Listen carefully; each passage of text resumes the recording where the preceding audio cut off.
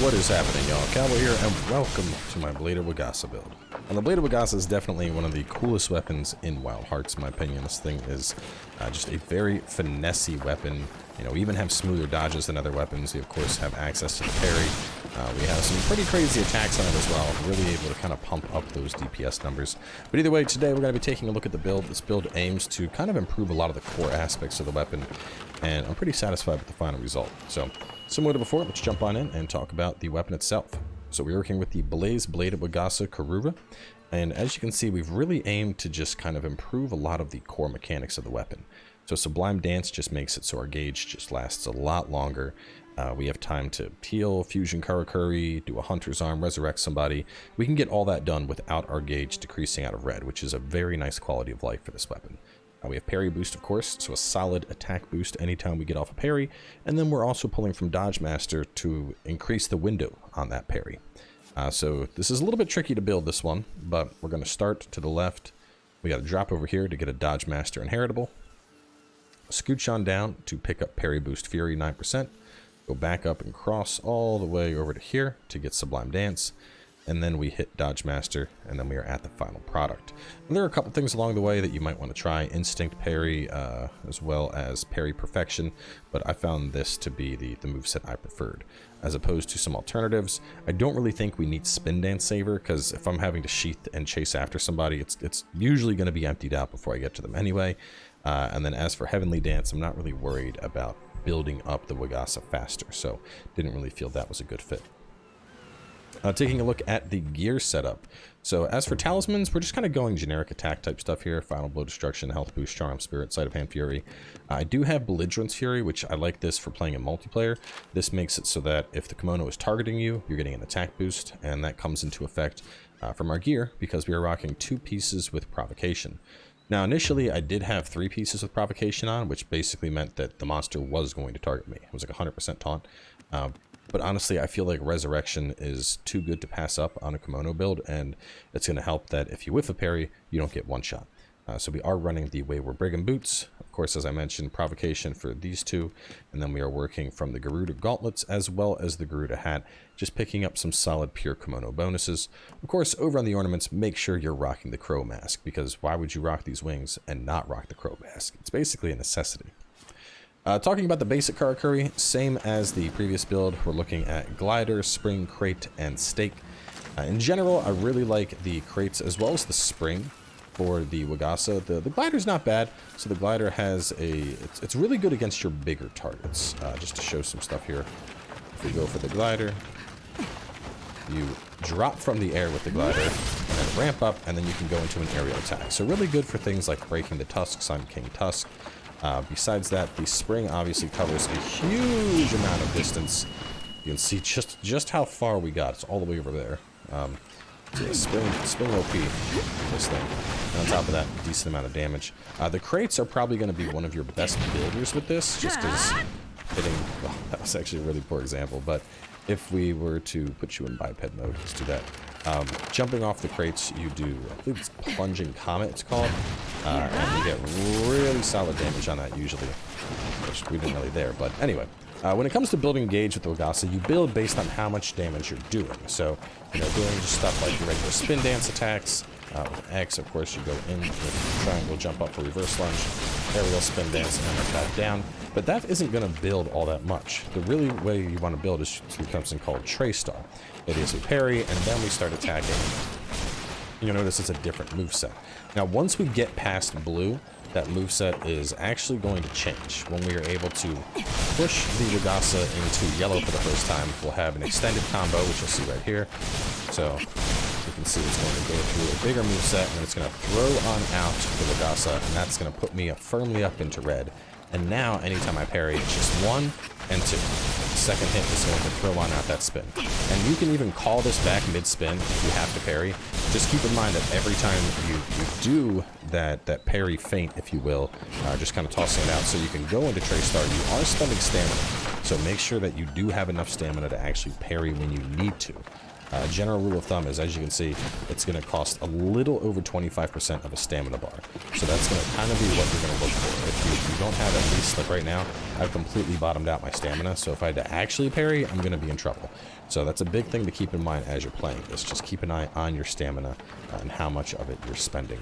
But besides that, I mean, it's a fairly simplistic weapon. The idea is to get fat parries. After a parry, if you want to use Y, that's going to be very similar to the springboard. So parry into hitting your Y attack is a good chase.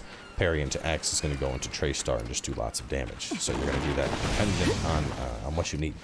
Probably the last thing I want to mention with this weapon before we jump into a hunt is you cannot parry grab attacks.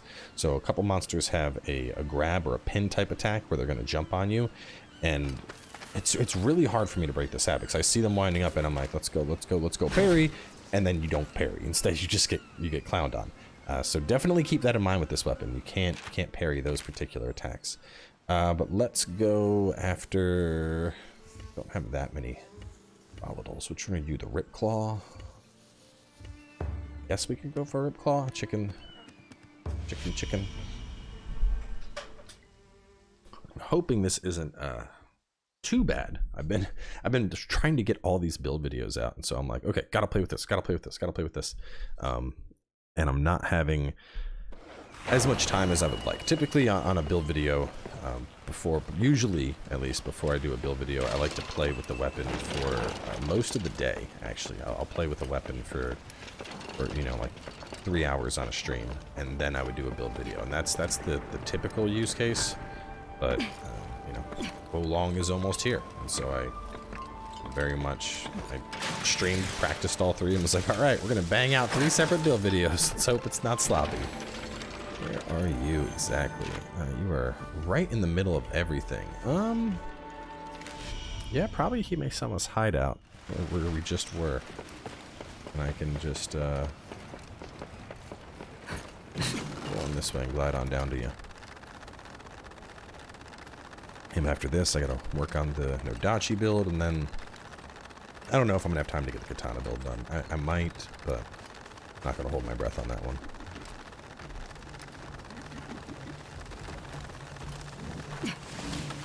Come here, chicken.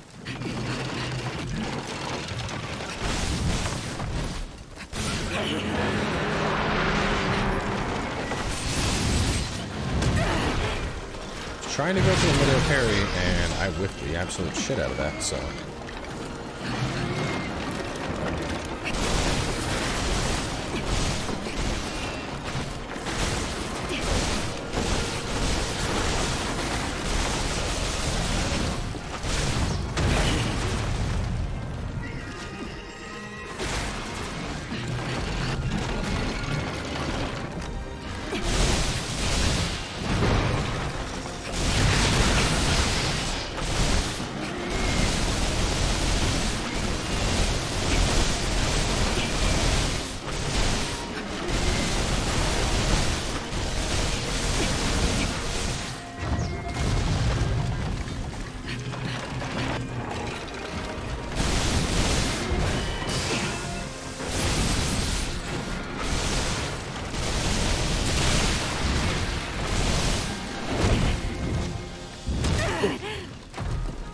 Parry there, did not get it, however.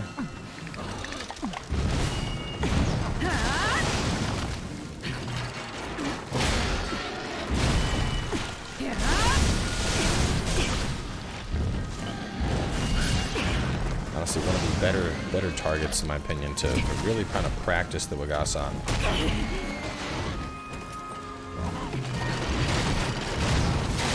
Oh god, that was bad. I was trying to get the trap off.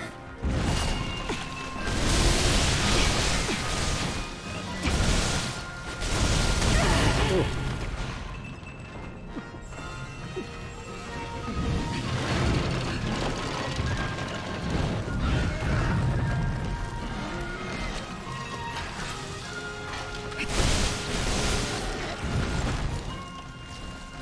All right, come over here.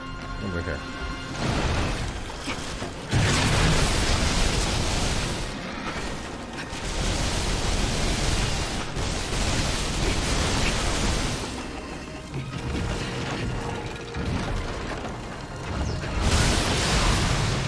No, no, no, no, not right now. Come on. Oh, man, I was pushing so much damage into this thing, and it got sleepy time. Oh, what a disappointment.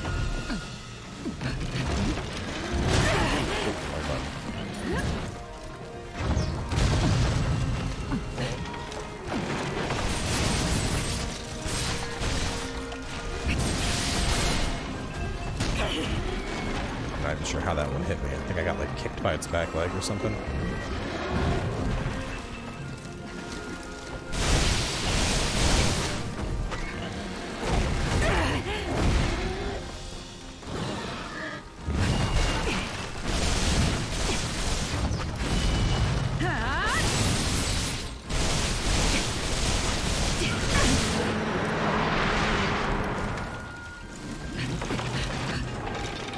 Catch it. Oh, I missed it. We're getting some pretty solid parries so far, though. Which honestly, that's the biggest thing with this weapon. You know, we want to show off the counterplay that you can do with it. Which, like I said, when I think this is important to mention. When I first started playing this weapon, I know for a minute I was like, oh man, these windows are too tight. You know, this parry needs a buff. And given I am running with a perk that does increase the window by 50%, but honestly, the biggest thing with this weapon is just practice. More than I would argue almost any other weapon in the game. Well, I don't know, maybe the Karakuri staff. But even though this weapon is simple on the surface, it does require a lot of practice to really get down the monster timings and know exactly when to parry and then whether you're going to follow up with your X or your Y, or whatever the case is going to be.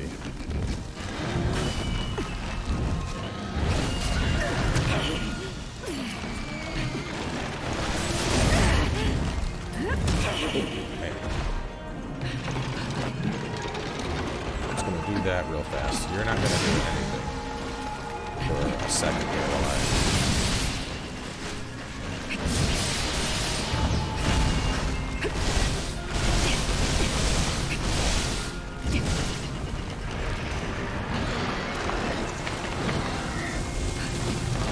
I got enough for that.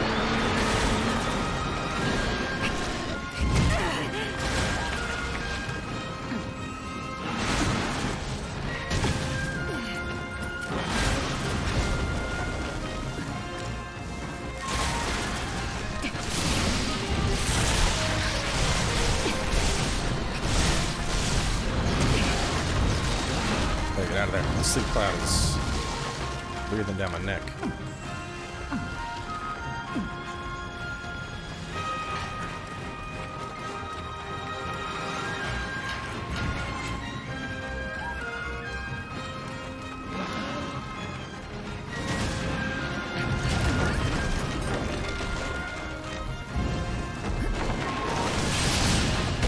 Ooh, man, good hits there. I honestly need to get off the hunters out, but I'm too busy being kicked around by the very angry... Well, technically, so this is a Ripclaw, right? The Ripclaws are female, so it's not a rooster.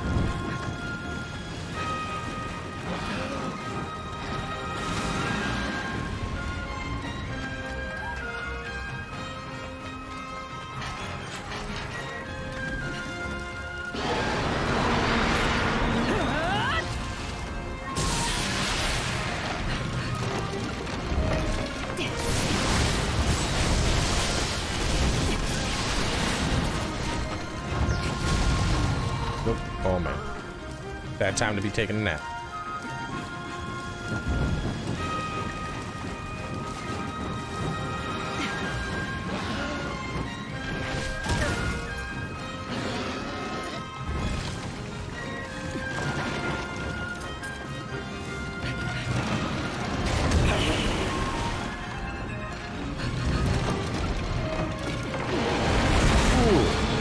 That one was close. That would have probably killed me right there if it had hit.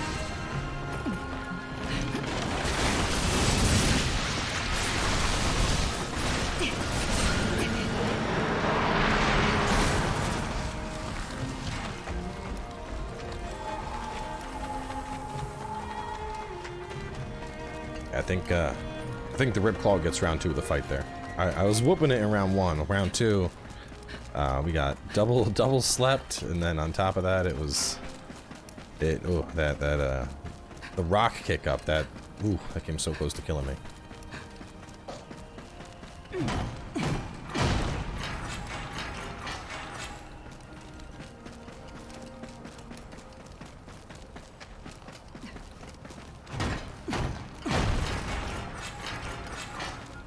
We're gonna take this thing down now. Here we go. The final hunt. The final push.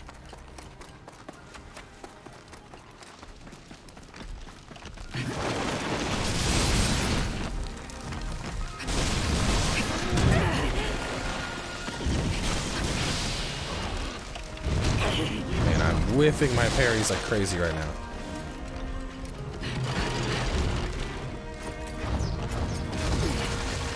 Oh no. Wait, what? What even... I guess one of the eggs hit me. Dude, I don't even know how I died. I was like, wait, what? My health? My health looks fine. What just occurred to me?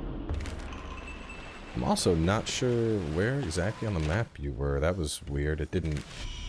I have a camp over there. It just didn't show its icon. It's very strange.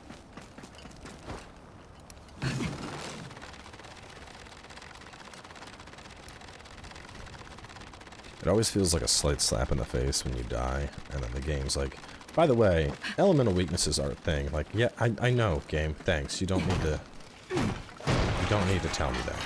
I'm aware. Fighting, it's basically like your new game plus monsters.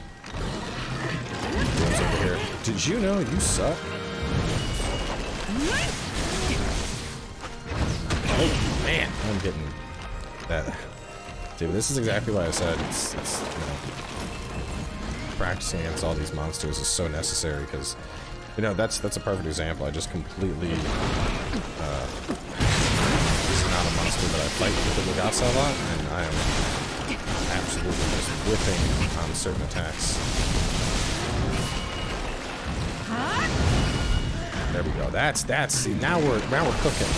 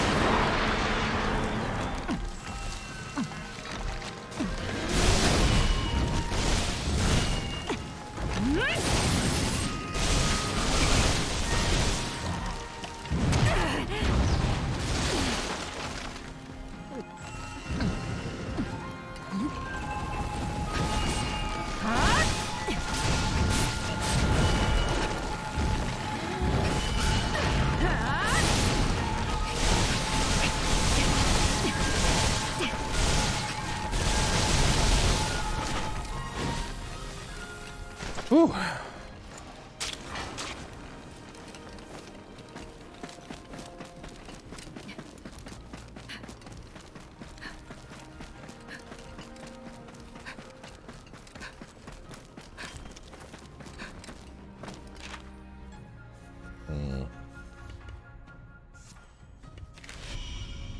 I don't know how far it's going to retreat. It might just be going back into the cave where I was hunting it, but either way, I think this is going to be the fastest way to get over to wherever it's going.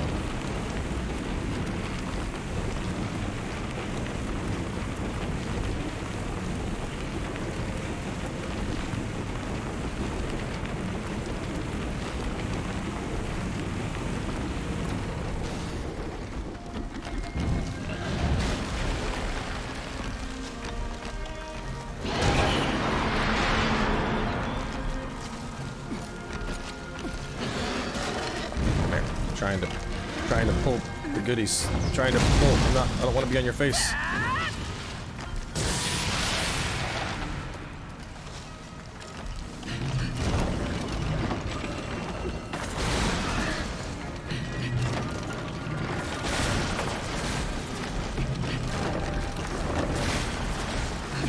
stop.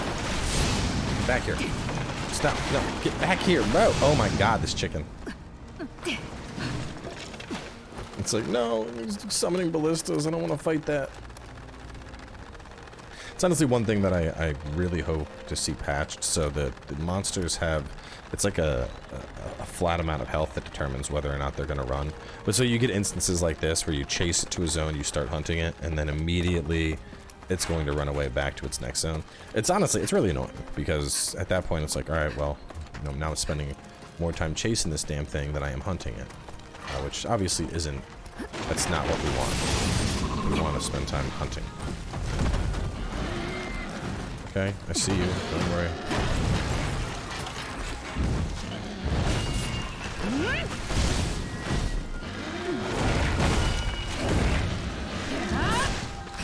Oh, shit.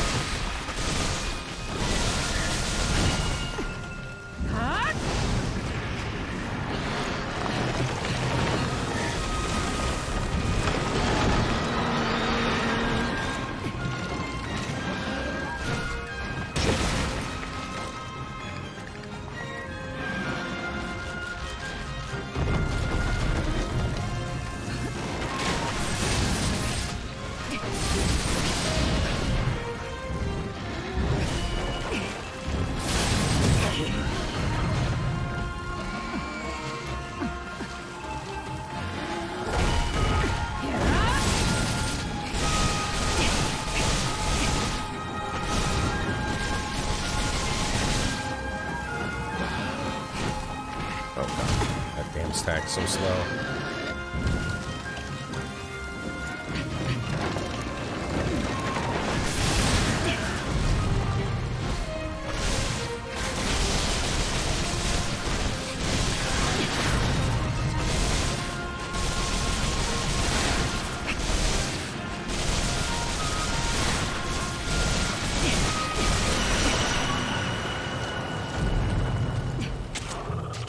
Get that Sim Yin Yang organ gem while I'm here.